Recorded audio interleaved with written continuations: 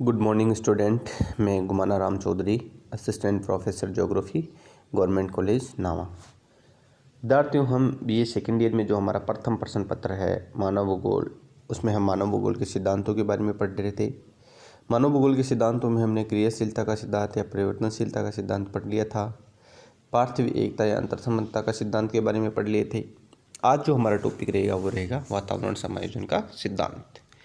वातावरण समायोजन का सिद्धांत से विद्यार्थियों यहाँ सीधा सीधा तात्पर्य है कि जो वातावरण के जो कारक है वो मनुष्य की क्रियाओं को प्रभावित करते हैं, लेकिन मनुष्य खुद स्वयं बुद्धिशील जीव है और वो अपनी बुद्धि के कारण जो उनके कारक प्रभावित करते हैं उनके साथ में समायोजन स्थापित करके अपनी प्रगति निश्चित करता है। अब समायोजन की परिस्थितियाँ कैसी रहती है, किस प्रकार मानव अपनी बुद्धि तकनीकी खोजों के कारण उनके साथ समायोजन करता है और आगे बढ़ता है और अपनी प्रगति सुनिश्चित करता है।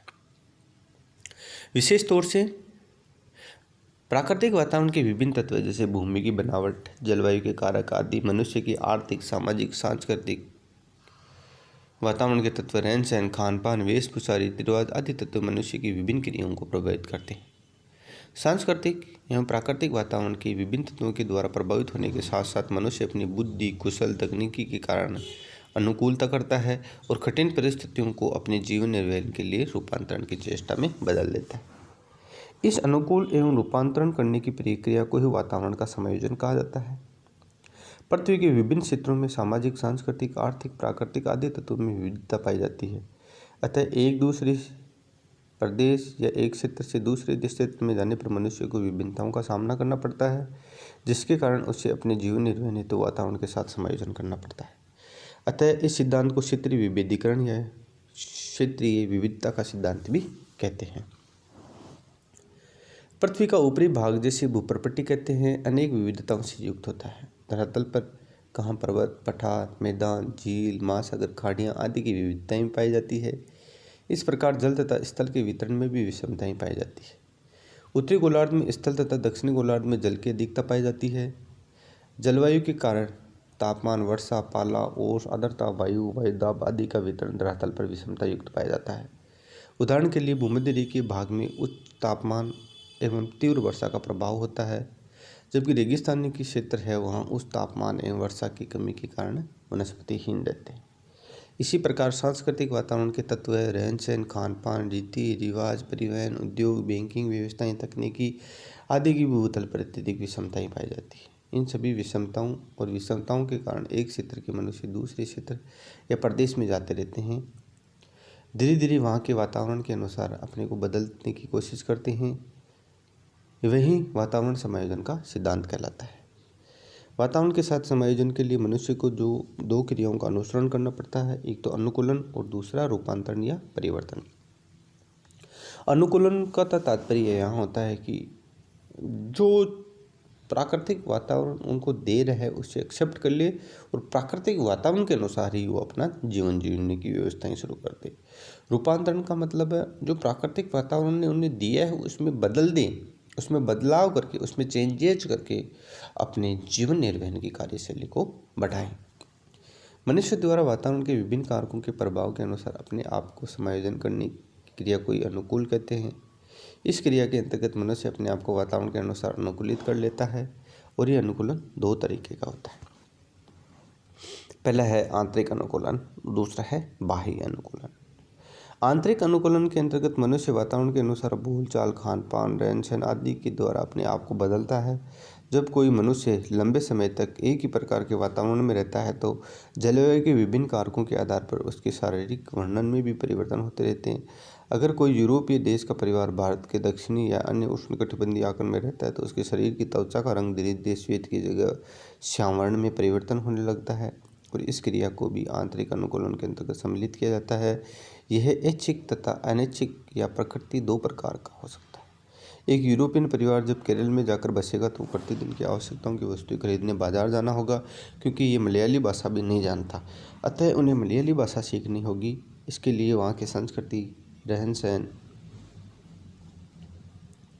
खान पान के बारे में भी जानकारी लेनी होगी। इस प्रकार ये यूरोपीय परिवार में आने के बाद भाषा सीख लेगा। रहन सहन व खान पान के नए तरीके सीखेगा। उनका यह कार्य ऐच्छिक आंतरिक अनुकूलन कहलाता है। ऐच्छिक आंतरिक अनुकूलन का मतलब होता है जैसे कोई परिवार है या जैसे कि कोई इंडियन व्यक्ति है, वो अमेरिका में गया। अमेरिका में जाने के बाद में वहाँ की भाषा शैली अंग्रेजी होने के कारण, इंग्लिश होने के कारण वो कोई कार्य नहीं कर पाता है। धीरे धीरे वो अपने आप को अंग्रेजी सीखने में ढालने लगता है। जब वो अंग्रेजी सीख जाता है या वार्तालाप अंग्रेजी में करने लग जाता है, तो उसमें जो चेंजेज आ रहे हैं वो आंतरिक अनुकूलन चेंजेज कहे जा सकते हैं। वातावरणीय समायोजन में अनुकूलन के अनुसार ढाल लेना, आंतरिक एवं बाह्य अनुकूल, उसमें भी आंतरिक अनुकूलन में भी ऐच्छिक और प्राकृतिक। ऐच्छिक का तो मतलब होता है जो भाषा से संबंधित होता है, और प्राकृतिक का मतलब होता है कि उसके रंग रूप में परिवर्तन आया है। वहीं दूसरा है परिवर्तनशीलता। परिवर्तनशीलता प्राकृतिक वातावरण में परिवर्तन, और दूसरा है सांस्कृतिक वातावरण में परिवर्तन। प्राकृतिक वातावरण में परिवर्तन किस प्रकार होता है और सांस्कृतिक वातावरण में परिवर्तन किस प्रकार होता है, ये हम विद्यार्थियों देखते हैं। प्राकृतिक वातावरण के विभिन्न कारकों की कठोरता से बचने के लिए मनुष्य को कृत्रिम उपाय अपनाता है, उसे रूपांतरण कहते हैं। यदि शीतोष्ण जलवायु के देशों में निवास करने वाले मनुष्य उष्ण जलवायु वाले देशों में आते हैं, तो वातावरण को अपने अनुकूल करने के लिए परिस्थितिक वातानुकूलित कमरों, गर्मी से बचने के लिए छतों का प्रयोग होता है। ये प्रक्रियाएं वातावरण एवं रूपांतरण परिवर्तन प्रक्रियाएं कहलाती है। अतः अनुकूल एवं रूपांतरण की सम्मिलित प्रक्रिया को ही वातावरण का समायोजन कहते हैं। ये दो तरीके के हो सकते हैं। प्राकृतिक वातावरण में परिवर्तन होता है वो पहाड़ी ढालों पर सीढ़ीदार खेती बनाना, मृदा को खोद खाद डालकर उर्वरक बनाना, सिंचाई की व्यवस्थाएं करना, ये तो हो गया। जैसे प्रकृति ने हमें पहाड़ी क्षेत्र दे दिए, तो उनमें हम समायोजन कैसे करेंगे, परिवर्तन करके। परिवर्तन कैसे करेंगे, वहाँ हम सीढ़ीदार खेती कर लेंगे।